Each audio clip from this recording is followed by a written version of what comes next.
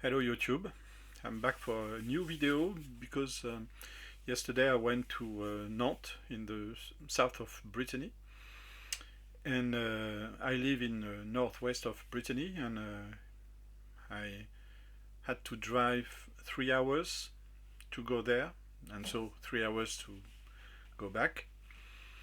And but it was a nice day because I took with me 6 records that I want to share with you. So let's go. Um, it was like a late summer festival, yeah, yesterday in Nantes, along a river, and so I went there on a car, and then I took my bicycle to go along the river and go to the festival and to the record fair. And there were around 8 or 9 stores selling records and different things. And one of them is a specialist of Japan pressings. He imports records from Japan. By the way, he has a small shop in Nantes, so I could go there when I want and visit the shop. And it's good news because the quality of the 2 records that I got with him are perfect. So the first one is an album from Kenny Drew Trio, and I didn't have any vinyl by Kenny Drew. I think I have a CD, I think. Kenny Drew is a pianist, of course, and this record has very good reviews. So I purchased it because of that, of course. But there is here Paul Chambers and Philly Joe Jones. So Kenny Drew and those 2 big names. Yeah, I had to take it. So it is Japan pressing, and in the you don't have any hobby on it, of course, obviously because I don't show it. So.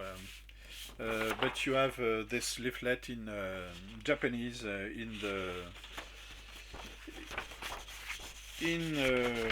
with the album. So the price of this album was 30 euros, which is great because now it is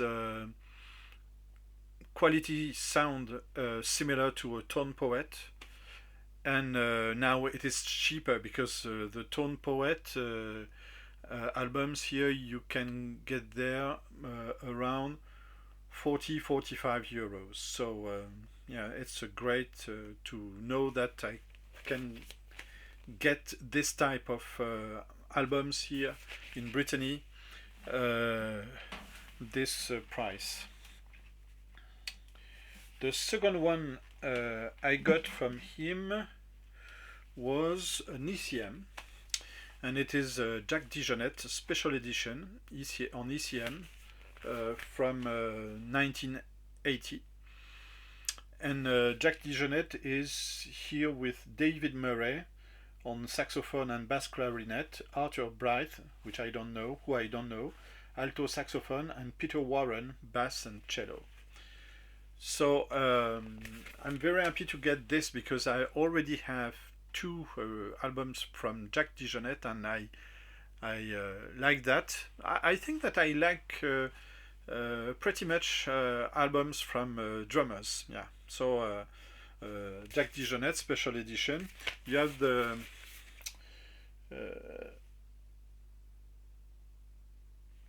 price of the album here in on Japanese currency, and it is under the label Trio Records for Japan. I think that they had the rights to make this, and you have as well from ECM you get this. Of course, it won't be helpful because it's all in Japanese and with some little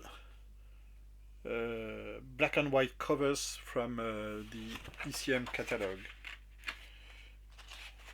So yeah, great to get that here in Brittany. So we are in the end of the world in Europe, but we can get some good sounding album from Japan, so it's perfect. And the next one is this album from Brian Eno and David Byrne, 1980 as well. And the name is My Life in the Bush of Ghosts. And of course, there is now a question: will it be in the Brian Eno section or in the David Byrne section? Well, I have not decided yet. Was it English? Well, the next one is the first French pressing of this album, Funkadelic, self-titled. I'm not so sure that I like this genre of funk when it's too when the horns are too in your face. It's not always my type of funk, but the tracks I listen from this one, yeah, it is made for me. So very happy to get this one. It is an early 70s album from Funkadelic, self-titled. The next one is an album from Lyle Mays, and I'm very happy to get this one.